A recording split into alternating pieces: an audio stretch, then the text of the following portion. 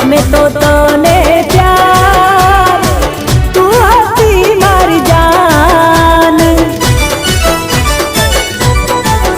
હો તારા વિના તો એક ઘડી પણ રહી ના